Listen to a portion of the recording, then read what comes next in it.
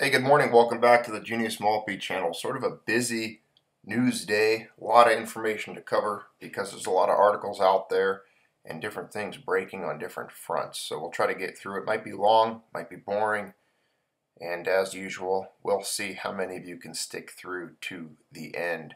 Well, the Dow spiked more than 200 points as it opened this morning as investors cheered the Senate tax bill win. So it looks like Wall Street might be happy, and we'll see how that turns out. I actually haven't really looked at the tax bill. Don't know much about it. I just have different people telling me different things on the news, of course, and different politicians proclaiming that I'm either getting a tax cut or more taxes. Well, I think taxation is theft, and I like what Ron Paul had to say regarding the tax bill. He said, when I talk about a tax bill, I'm talking about no income taxes at all, as in getting rid of the income tax, getting rid of the IRS, zero income taxes. That's a tax bill. That's a tax cut. No taxes. How we did not elect him to become president is beyond me. The best president we never had. All right, one of the subscribers sent this article in. Thank you, much appreciated. Russia and China could set international gold price based on physical gold trading, published December 3rd, 2017.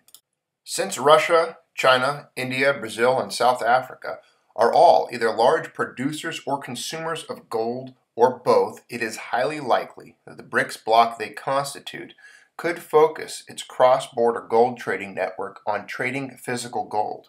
Gold pricing benchmarks from such a system would be based on physical gold transactions, which is a departure from the way the international gold price is currently established. Such a system would be a threat to gold trading markets in London and New York. The London over-the-counter OTC and the New York COMEX Futures Exchange currently set the international gold price. OTC and COMEX are really trading synthetic derivatives on gold and are completely detached from the physical gold market. In London, the derivative is fractionally backed, unallocated gold positions which are predominantly cash settled. In New York, the derivative is exchange-traded gold future contracts which are predominantly cash settled and backed by very little real gold. The major gold producers, Russia, China, and other BRICS nations, could change the way the international gold prices are set currently in a synthetic trading environment which has very little to do with the physical gold market. BRICS cooperation in the gold market was first unveiled in April by the first deputy chairman of Russia's central bank, Sergei Svetsov, during a visit to China. And we did cover that story back then. We discussed gold trading, he said. The BRICS countries are major economies with large reserves of gold and an impressive volume of production and consumption of the precious metal. In China, gold is traded in Shanghai and in Russia in Moscow. Our idea is to create a link between these cities so as to intensify gold trading between our markets. The traditional system based in London and partially in Swiss cities is becoming less relevant as new trade hubs are emerging. First of all in India, China, and South Africa, he said, adding, we are discussing the possibility of establishing a single system of gold trade both within BRICS and at the level of bilateral contacts. The Bank of Russia has already signed a memorandum on developing bilateral gold trade with China.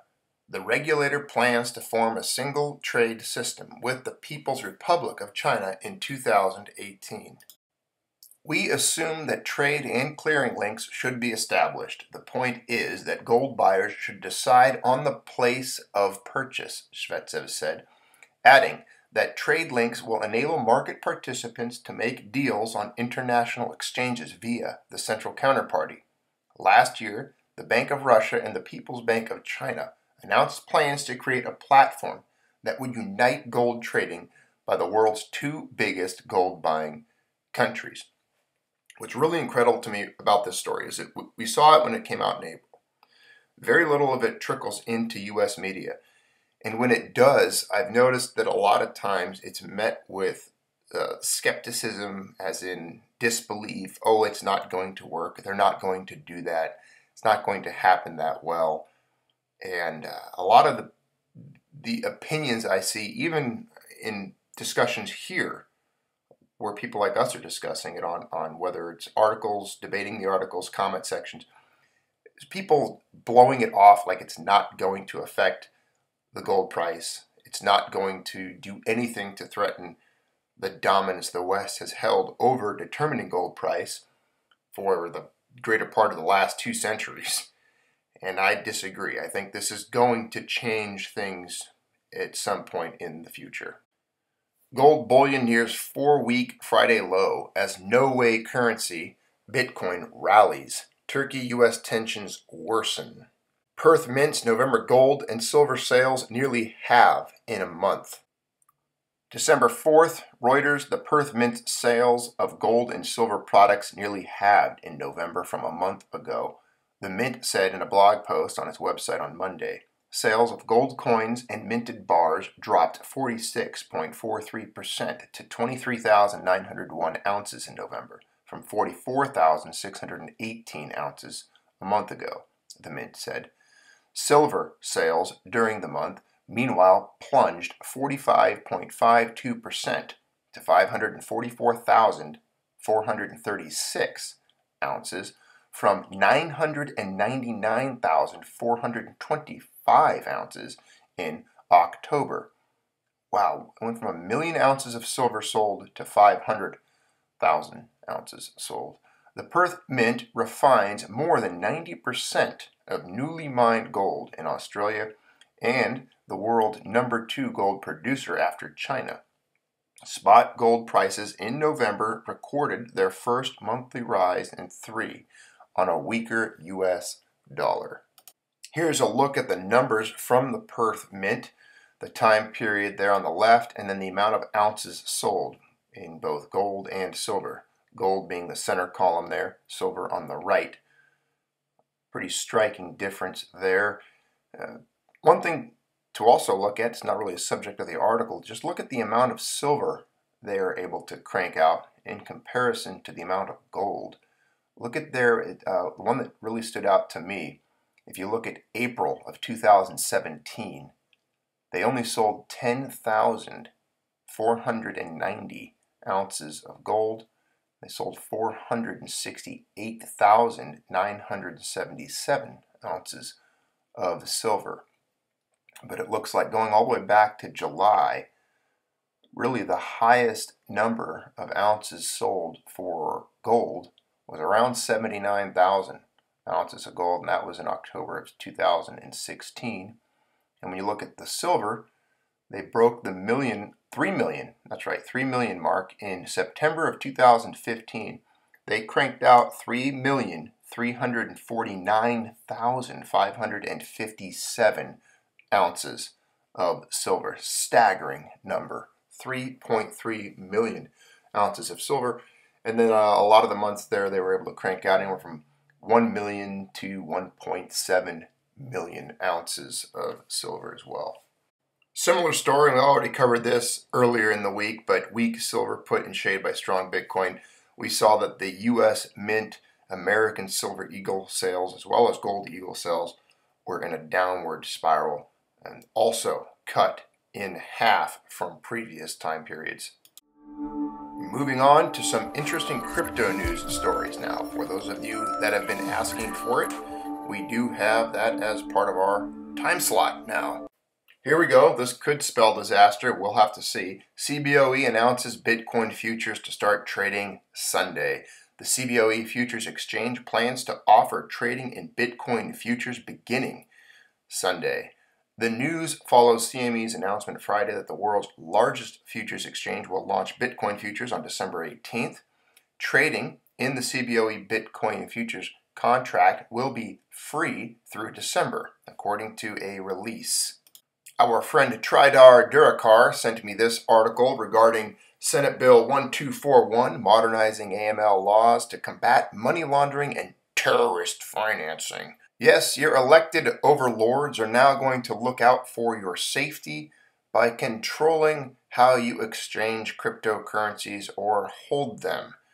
Let's take a look at this draconian and totalitarian measures that I am sure is done for your own safety. U.S. Senate Bill S-1241 to criminalize concealed ownership of Bitcoin. The best way to bring down a tyrant is to make him act like one. Please allow me to preach for a moment. We will read through this article, but this is where I want everyone to pay just a little bit more attention than usual. And I hope I haven't lost many of my stacker brethren who are part of this community. You remember the old saying, first they came for the gypsies and I said nothing. Then they came for the Jews and I said nothing. Then they came for me and there was no one there to say anything. I don't know the whole thing, but you get my drift here. This is where we need to stick together. I don't want to hear or see anybody in the more entrenched stacking community say, oh, that's good, get rid of them, criminalize it. Don't applaud this just because you might not see eye to eye with these people that are part of a different alternative currency community or whatever, what have you. These types of measures, these types of laws have been used against us in the precious metals community since the 20s and 30s. This is the same type of environment in which the United States government used the strong arm of the law and totalitarian measures to marginalize and criminalize people that didn't bend to their will and use their Federal Reserve fiat notes. And if anything, it's laws like this that should almost illuminate somewhat the fact that cryptocurrency really is a thorn and a bane to the statists. This should almost, I guess, open one's mind to the fact that things like Bitcoin might not actually truly be the deep state conspiracy that some people believe. I do think that Bitcoin was born in an anti-state, anti-totalitarian mindset, and that is why it came to existence. Something to challenge again, I hate to keep using the terms, but the monopoly of currency issuance by those in the Federal Reserve and the U.S. Treasury, the whole cabal that we have seen evolve over the last 130 years. It is our responsibility to stick together because there is strength in numbers.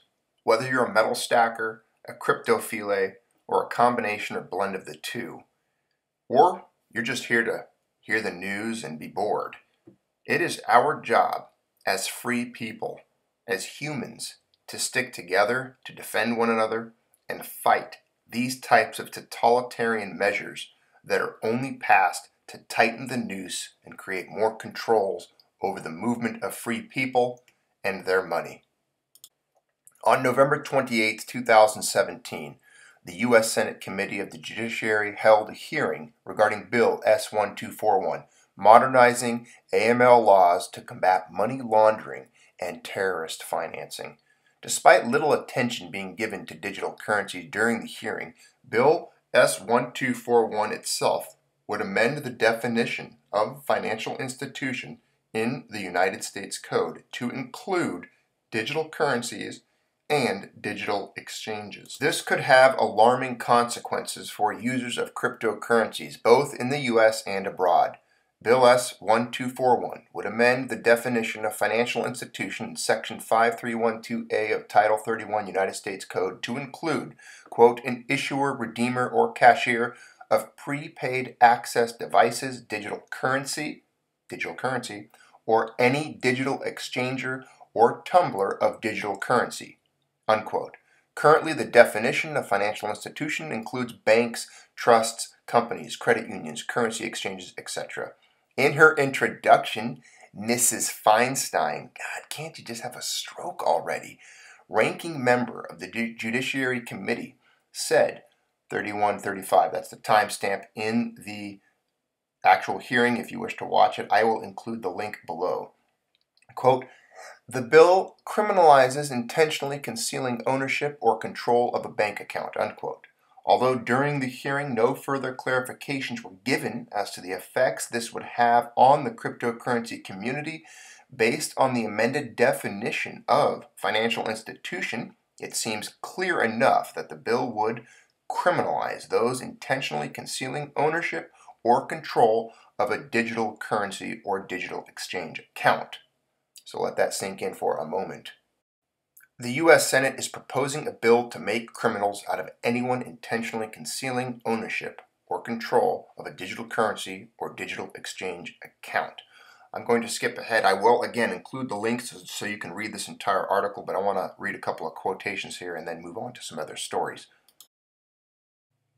Contrary to the bill itself, the hearing was noticeably lacking in reference to cryptocurrencies, although there was some limited mention of such.